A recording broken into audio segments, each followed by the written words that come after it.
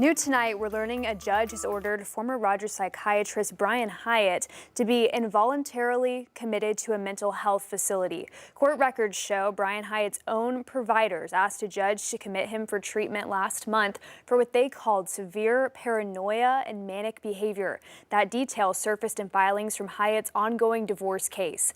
Hyatt was formerly the head of the Arkansas State Medical Board as well as the Behavioral Health Unit at Northwest Medical Center.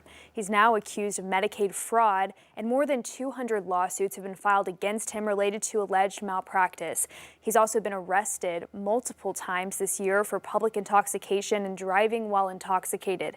His fraud trial is set to start in October.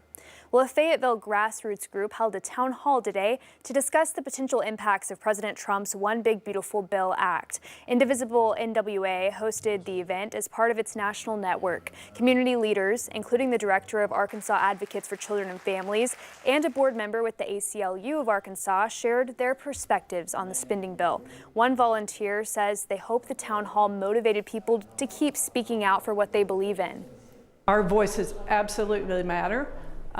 Whether you are standing outside the courthouse at a protest, writing letters, making phone calls using the 5 Calls app, we have no time or space to lose our energy right now, even though we are, zapped with our efforts. The organization says they invited Congressman Steve Womack, along with Senators Tom Cotton and John Boozman. They say Womack was the only one to respond, declining the invitation. Today, a well-known Little League tournament returned to a backyard in Farmington, all to support a cause very close to the founder's heart. 5 News reporter Bo Russell takes us to the Field of Dreams tournament and shows us how these games are making an impact beyond the field. The annual Northwest Arkansas Little League Field of Dreams tournament is taking the field again this weekend. 5 teams are playing for a chance at winning the championship on Sunday. But this isn't just any baseball tournament, it's the mission of Sam Peroni. Well, first of all, I built this field for my grandsons to play baseball on when they were playing Little League baseball. But we decided to have a tournament, and my wife had contracted early onset Alzheimer's. So we decided we would do it for Alzheimer's research. And so that was 6 years ago. We did one practice one, and then now this is our 5th official one. After the recent loss of his wife, Sam's commitment to help those suffering from Alzheimer's is stronger than ever. Alzheimer's, the disease Alzheimer's, touches so many Americans. Right now, the statistics show that there's probably 30 million Americans that are either caregivers of people that Alzheimer's or that have Alzheimer's. And that's just the ones that have been diagnosed. Sam partners with the Alzheimer's Association, the largest funder of Alzheimer's research in the country. Last year his goal was 15,000. He surpassed that for 20. This year he set an ambition goal of 30,000.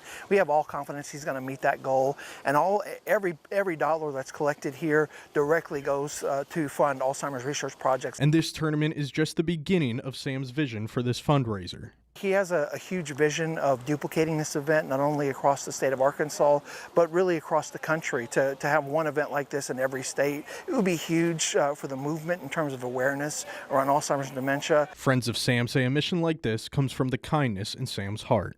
I think one of the most amazing things is he's so kind and he's capable of leading people because of his kindness and because he just treats people well and never has a harsh word to say, even about people he disagrees with most of the time.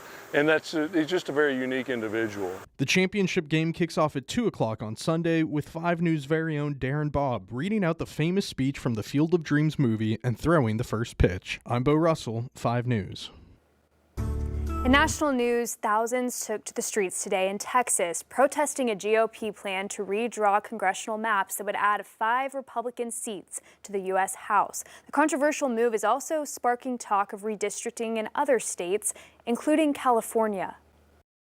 We had an extremely productive meeting. Fresh off his summit in Alaska with Russian President Vladimir Putin, President Trump is gearing up to meet face-to-face with Ukrainian President Volodymyr Zelensky to discuss an agreement to end Russia's war with Ukraine. There's not that much. There's, 1 or 2 pretty significant items, but I think they can be reached. Now it's really up to President Zelensky to get it done. The president met for nearly 3 hours with Putin in Anchorage Friday, the Russian leader's first visit with an American president since he invaded Ukraine 3.5 years ago. The president has since backed away from his threats to impose tougher economic sanctions on Russia, indicating. Well, demonstrators also gathered in Washington, D.C. today to protest the Trump administration's move to send in the National Guard to help police patrol the city streets. More than 700 troops are already on the ground, and that number could grow. In addition to local D.C. Guard members, about 300 to 400 troops from West Virginia are joining the effort. South Carolina and Ohio have also promised more troops in the coming days.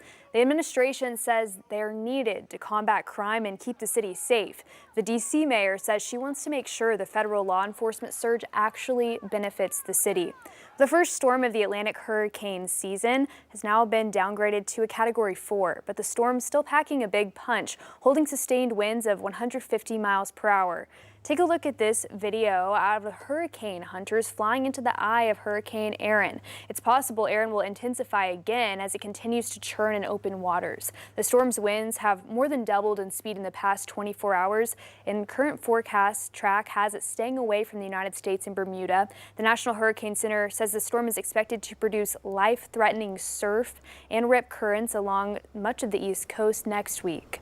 Well, we're now just 2 weeks away from the start of the Arkansas football season. Razorback fans got to meet some of their favorite players and get some autographs today at the annual Razorback Fan Day. There was a line out the door of excited fans from across the state waiting to meet their favorite players. This all took place at the football practice facility. Fans also got to see the team's mascot, Tusk, ahead of the exciting upcoming season. I just want to know how to win going into next season, so we can win some games, hopefully win the national championship this year. Yeah, it was awesome. When we walked in, I was really surprised at how many people were here. It was exciting to see, real exciting. It's always fun to see the Arkansas community show out for the team because this is the only team they have to cheer for. That was actually the family of starting long snapper Ashton No. Alex will have more in sports on the Razorbacks' second scrimmage of the preseason.